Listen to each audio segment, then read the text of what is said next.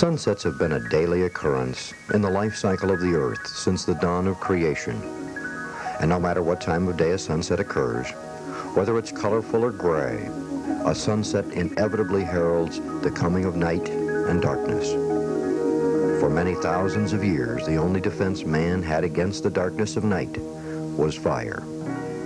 Then a miracle happened early in the 20th century. Electricity was harnessed.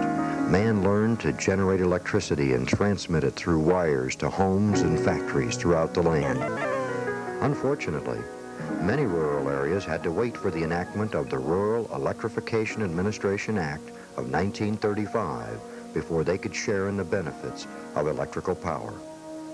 The REA made it possible for membership cooperatives to be formed so that the rural consumer members could share in the costs of construction, have access to low-cost federal loans, and thereby bring electrical energy to their farms and homes. First organized in 1938 and energized in May of 1939, the Kootenai Electric Cooperative soon became a household word in rural Kootenai County, Idaho. As past president and 26-year member of the board of directors, Bob Brickle recalls. Well, to begin with, my grandfather was one of the three original incorporators and brought about the start of the co-op to begin with, and was one of the prime movers of getting this thing started several years ago because we wanted electricity on our farm, which is approximately 14 miles from the nearest central station at that time. He was an original board member, and his membership in the co-op was number one. Esther Johnson, first secretary and loyal employee of Kootenai Electric Cooperative for 35 years, recalls some of the startup adventures and how people reacted to having electrical power in their homes for the very first time. Some of them sat up all night to be up with the electric light, you know. They couldn't get over that wonderful light. Well, we started in A.H. Knutsen's feed store on Lakeside, and they had a little room, no bigger than a kitchen, had an old wooden table in there and some old wooden chairs and a counter made out of wood.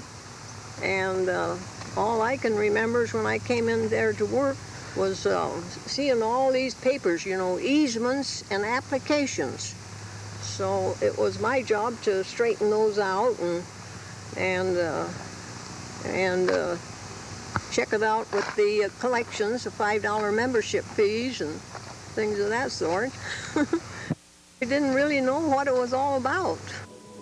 The next 50 years at Kootenai Electric Cooperative saw much technology, and it brought many changes. Modern, efficient trucks and equipment to provide the best possible service to the membership. A new contemporary office building, complete with modern shops and adjacent material storage yard, consolidated all of Kootenai Electric Cooperative's operations into one convenient location. Computers streamline billing, office procedures, and service requirements. But the objective of the cooperative has always remained the same: provide the best possible service at the lowest possible cost. Well, that always hasn't been an easy job, as Bob Brickle again notes. The biggest change and the most serious one, I think, is the situation of power supply. Power supply is so much different than it used to be, and there's many more factors in it. The board has had to get involved in power supply, how you're going to acquire it and that sort of thing. And of all the things, other than that, probably one of the most significant things that it isn't a change, but the way that you can treat and create and maintain service. And the board really, in the last few years, probably hasn't spent as much time on the service aspect of it as we should have. However, I think that's changing. But you get over overcome by the complexities of power supply and the legal aspects of what's going on. Probably right now the most significant thing is trying to comply with all legal aspects of the co-op doing this, that, or whatever to stay in business.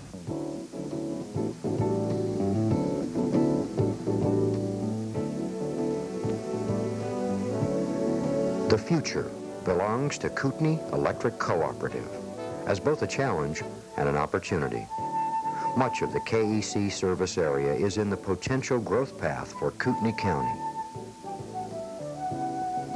Major multiple unit housing developments lie along the KEC service lines. Some examples include Twin Lakes Village,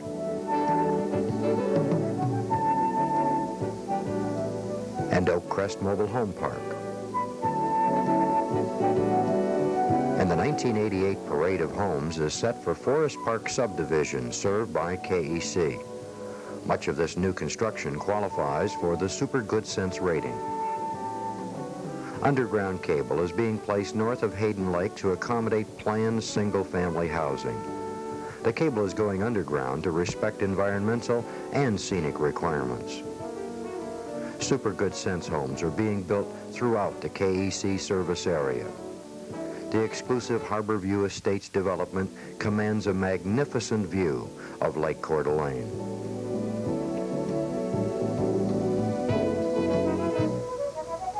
Industrial growth and tourism are also important factors in the future of Kootenai Electric Cooperative. The new Louisiana Pacific Mill at Choco required installation of a new substation to handle the load. One of the mill's products, wafer board, has a bright future as an alternative to plywood in construction. KEC crews cut in new service at the U.S. Naval Base at Bayview. This will accommodate growth at this federal research facility on Lake Pend Oreille. Silverwood, formerly known as Henley Aerodrome, lies along US 95 north of Hayden and will open in the summer of 1988 as a major new tourist attraction for North Idaho. Silverwood has been the site of almost continuous construction for more than a year. The complex will feature a flight museum, steam train rides, and other attractions, all built around a replica of a turn-of-the-century mining town. Farragut State Park, Idaho's largest state park, was developed on the site of the former Farragut Naval Training Station and is attracting an ever-increasing number of visitors. People who want to get away from it all, with all the conveniences of home, can find full hookup facilities at many campsites in Farragut State Park. Agriculture has historically been an important part of the Kootenai County economy. And as Kootenai Electric Cooperative looks to the future, agriculture will continue to require extensive irrigation from electrically driven pumps. The U.S. Forest Service Tree Nursery supplies 13 to 14 million seedlings annually to the nation's forests. Well, unlike the steamboat that sailed into the sunset, Kootenai Electric Cooperative stands at the dawn of a bright future filled with growth. The board of directors and staff of Kootenai Electric are dedicated to meeting that challenge while continuing to bring friendly, efficient service to the membership. Kootenai Electric Cooperative, 1938 to 1988. 50 years of service to our members and to North Idaho. Kootenai Electric Cooperative, 1988. Committed to service and growth for the next 50 years.